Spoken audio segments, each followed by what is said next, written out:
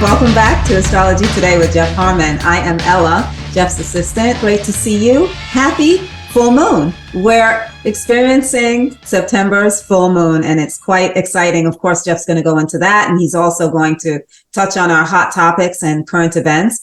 And our topic for this week is Born with a Blessing. So interesting, because last week we spoke a little bit about how just questioning why certain souls have an unfortunate experience, depending on whatever the circumstance may be, and why others don't. But we're all born with a blessing. So let's get started, Jeff.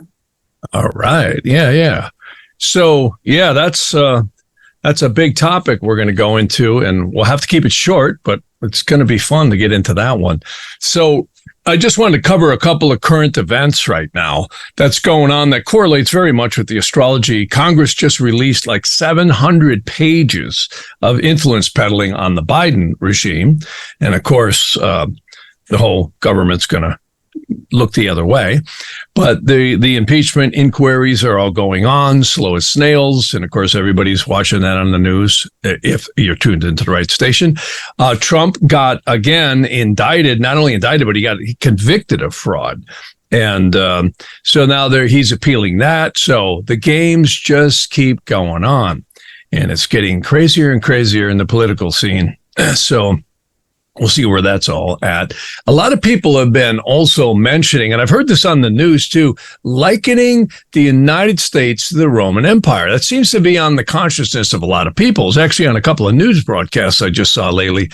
And what's interesting about that is I've been mentioning this for a long time. You know, there's a lot of parallels between the United States and the Roman Empire. It's dominated the world for the better part of 100 years, not nearly as long as the Roman Empire. But interesting, the parallels are there in terms of, we had three branches of government, just like the Roman Empire, strongest nation in the civilized world, just like the Roman Empire, but also the Roman Empire, which was started right in, I think, around 48 BC or 38 BC, something like that. It's in the history books. But what's interesting is it divided and really weakened on the first Pluto return, which was, again, right between 240 and 250 years. It's not definitive. It's easy for historians to go back and go, oh, there's the exact date. But, it's generally about every 245 to 250 years, nations either rise and fall or they reorganize. And of course, the Roman Empire absolutely dissolved and lost all of its power on the second Pluto return. So very interesting stuff how this works. And again, the United States is in its 248th year because it just turned 247 years old this last July 4th. So it's already 247. It's in its 248th. And we're right there. And again, many people have been feeling this. We see the borders being flooded. And that's, again, I'm hearing more and more reports how they're literally shipping people in, spending hundreds of millions of dollars, not only through Panama. And a lot of these are young military-aged people, and males particularly. And it's very questionable. And they're flying them into very secret places, and no one seems to know where they're flying them all into. So very strange stuff. And again, they're getting, I think, $2,200 a month right now as a stipend. And of course, tax-free. They get their Social Security card, get the vote and everything else. So very interesting what's going on. Meanwhile, Washington's sawing through the last, few tentacles of the jugular vein of the United States as they shut down not only the energy industry, but also the refineries are just in sad shape. And of course, we're seeing the fossil fuel plants like the coal plants being shut down. So they're literally choking off the economic strength of this country in so many ways. And it's really saddening. And this parallels the Pluto return. And I also got to say that, the entire Washington cabal is joined together on this whole thing with Biden. And again, they're hammering on Trump, and I'll get hate mail and love mail from all kinds of people if I say anything good or bad about Trump or Biden. But the bottom line is we're seeing a political charade here go on right now. And that brings me to the astrology I've mentioned. We've got the Neptune opposition Neptune in the sidereal zodiac on the United States birth chart. And I've mentioned this many times. This is coming up right on October 3rd. That's next week, Tuesday. And this is more subterfuge, more confusion, more delusion, and more covering things up. So this is a very trying time in this country, not only due to the Pluto return, but also the Neptune opposition Neptune. And remember, the month of October is when we start, right on the 23rd. It's like the third week of October, right before Halloween. We get the station of Saturn over the top of the moon, sustaining all the way up until the middle of November. So I have been mentioning the very powerful Mars on the United States moon right at the end of November. It's actually perfects very close to the end of November. And that's also when in the sidereal zodiac, the moon's eclipse points, known as the nodes, change signs for the first time in 18 and a half years. The change of the nodes, called Gandanta, which means they're transitioning from fire to water. And those are very explosive. They tend to have a lot of power. And that also puts the south node of the moon over the United States Saturn. We'll be talking more about that as we get close to that. So that's kind of, a basic update. We got, again, the full moon just happened. A lot of emotion, and things come to fruition. It was actually a beautiful full moon. And I actually saw another craft the other night out over Malibu. And it was really interesting. It was almost like a beacon pulsating. I actually thought it was the planet Mars at first. It was kind of a reddish orange. And I thought, okay, that's Mars. And then it's like flashing on and off and on and off. And I thought, okay, wait a minute. Let me clean my glasses here. And I looked again, and then it kind of shut off and then streaked horizontally across the sky to the north. So I've been seeing stuff like this for as long as I can remember. Since the late 60s, early 70s, I actually used to plot stuff like that in northern Wisconsin. So definitely fascinating stuff that goes on planet Earth, huh? That's for sure. Gosh, I've never seen any craft. And every time you see it, I should have been with you. Well, the problem was I tried to film it, but my iPhone would not have the resolution because the moon was way off on the other side of the sky, and where it was located, I just couldn't get the resolution. It wouldn't pick up anything. It was like a dark screen. Yeah. That's wild. That's pretty wild. I think it's the third time now you've seen craft out in Malibu. Yeah, just recently. Well, I've seen them a lot over the years. Really? Over a span of a month, though. Yeah, over a span of a month. Yeah, that's craft. So really, really interesting. I have a question for you. By all means. We're talking about our guardian angel, and my question is the guardian angel the same angel that brings us in, right? Because they say there is an angel that brings us in, for us to take our first breath. And that truly, to me, seems like that is what is the blessing, taking that first breath. Yeah, it certainly seems, life itself, even though a lot of us go through a lot of hard times, it is a blessing. It really is. It's interesting because many of the practitioners who've done regression work and worked with disincarnate souls, meaning people on the other side, they often say, they want to come back, or some say they don't. And very interesting topic, this whole thing of angels. And I don't claim to have any definitive direct evidence, but I can say my opinion is, in calculating and studying the astrology in comparison with the angels, is the angel that ties us to the body probably is not the angel that is on the eastern horizon. And I find this is really interesting because there seems to be myriads upon myriads of angels. And when you look at texts like the Sefer Ratziel, which again is the book of the Archangel Ratziel, And it talks about these myriads of angels that change shift at sunrise, noon, sunset, midnight, the ingress of the sun into every season, the quarters of the moon. And it even gets deeper where there may be angelic forces in every single degree of the zodiac. It's like an exceedingly complex matrix. And one of the things that I would have to say is we get some insights a little bit from the Sefer Haggadah, and that's a text called the Book of Legends, and I'm not so sure they're legends.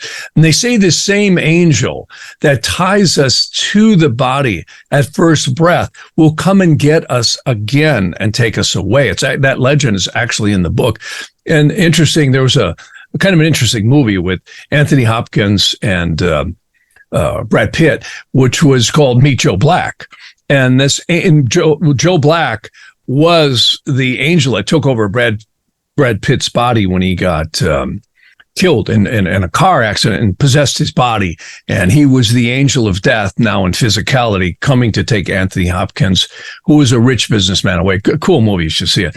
But anyhow, I believe that there are a lot of angels that seem to be supporting these miraculous bodies. And even though we are so far removed from it, and when you think about our mundane everyday life, there's no way we can even fathom this, and yet the breath and all the bodily functions, I don't know about you guys, but I'm not thinking about what my blood is doing in terms of pressure or the digestive enzymes in my stomach that just, is digesting the food we ate earlier today. So it's miraculous when you get away from science and just look at the entire, functions of the body. It's pretty amazing.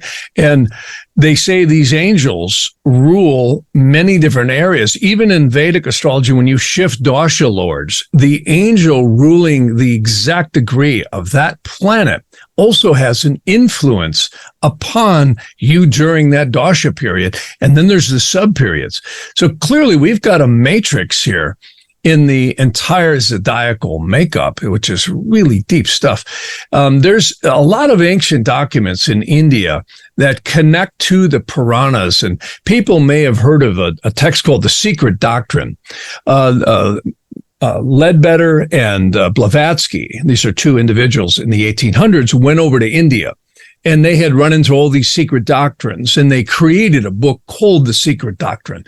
Now, there's been some discrepancies as to whether people, take everything in those to heart. But I say a lot of truth is in those. And fascinating stuff, because it talks about these waves of souls that take on these genetic forms, whether it be animals, humans, and different types of humans. Many people may have noticed that there are a lot of historical documents of large human beings called giants and really tall beings. Some of them were quite a bit taller, and many of the Tartarians will recognize this. Well, that whole doctrine kind of addresses some of that stuff.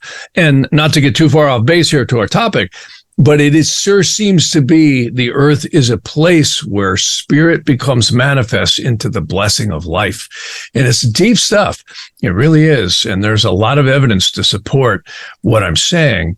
It's very, very interesting stuff. Born with the blessing is the magic of life, isn't it? It really is the magic of life. When we watch a baby being born, an animal being born, a flower blossoming, when you watch that action happening, it's the gift of life. And that is the blessing. Remember, I told you a couple of years ago, I went to see a medium. I walked in, I sat at her desk, and she said, "Oh, your guardian angel walked right in with you." And I said, "What?" And she said, "Yeah, you've got to be aware of that." And she said, "This angel is going to be with you." She literally said, "For the next 12 years, this angel, and then another angel is going to come in." This is exactly right. And see, they actually in astrology call planets graha. Graha is a strange word that means seizer or grasper of the aura. That's the meaning of a planet. So they're portals. They're like angelic portals. And they appear to be extremely complex, multi-dimensional angelic portals. So, we look at astrology as just the planets and sun signs. It's way more than that. And I think when you get into the Vedic astrology with its what we call divisional charts, they're often referred to as Vargas. You really begin to see this stuff where, whoa, there's a lot more going on with each soul. And I want to touch on one more thing that you brought up about life being a blessing. And this really is a topic that we could spend hours on, and maybe we'll address it more in the future. But not only is life a blessing, but it also seems to be where we burn so-called curses or karmas too. In Nadi and Vedic astrology, there's what they call Mahapurusha yogas. And these are kind of some of the first things you learn in Vedic astrology, or often people learn those first. And that is, if you see a planet in an angle, and it's in its own sign, it immediately becomes a very big blessing. So you see this where certain powerful people, and we could talk about this, where I've looked at everything from presidents to famous people to people who just are powerful business moguls or just really good people or spiritual people. This is how they would know when someone very holy was born, was they would look at the yogas in the charts. In other words, the planetary combinations, which is really fascinating. And I see this all the time in readings. So I'll look at, first thing I look at is the yogas in the chart. And you can also see the really powerful challenges in the chart too. So what's going on here? I always say, well, wait a minute. There's not some guy in the sky doling this stuff out, right? It's got to be that we earn and we share these karmas, both of good and ill. So it's really fascinating stuff, because one thing's for sure, when you get to study the Nadi and the Vedic astrology, you see these yogas. Like, I do readings constantly, and I'm always observing. It's like, oh my God, relationships for you must have been horrible. And they're like, out comes the tears, and they're like, oh, you wouldn't believe it. The person used to beat me up. I'm like, yeah, it's in the chart.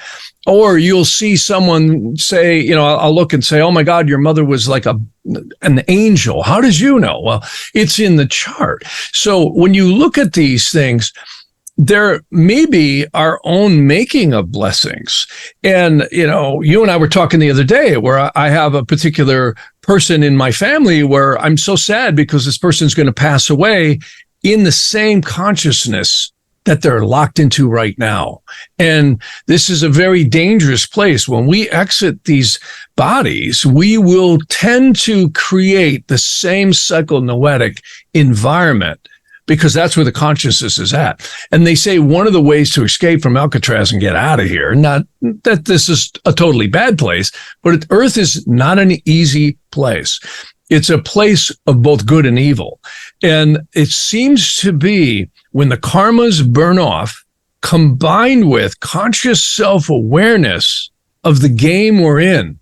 It's kind of like that game in England. They beat you with a stick with a gunny sack over your head. And if you hit somebody else, luckily, you get to take the gunny sack off and they got to put it on. So it's a game of waking to who we are and what we are. And I think the religions tried to do this. Some of them have been successful, but a lot of them have done it with dogma. And I think when we pursue this stuff with our own self-driven interests and not get caught up in the cul-de-sacs of dogma, but just search for truth, it's really interesting stuff. And again, I always mention the Magus Astrovolos, because Daskalos, as many people might know him, really, I think, shed a light on that in a very interesting way. I really do. Yeah. Well, we were also talking earlier about being really conscious of staying in tune with our spiritual life, because that's an opportunity to not reincarnate, which leads me to talk about or bring up how I'm dying to get my wings, right? So right. Yeah. Yeah. Well, that's a big topic too, because, that can go a lot of ways. Some people stay back for the love of humanity. They want to help their lower souls, or souls having more challenges going on. Not that any soul is lower, but there's a lot of people here going through a lot of challenging times. I see this all the time where certain planets and yogas in the chart, they could be construed as a real cross or curse to bear. And you see it. You see it in health. You see it in psychological things or just physical conditions that they ended up in.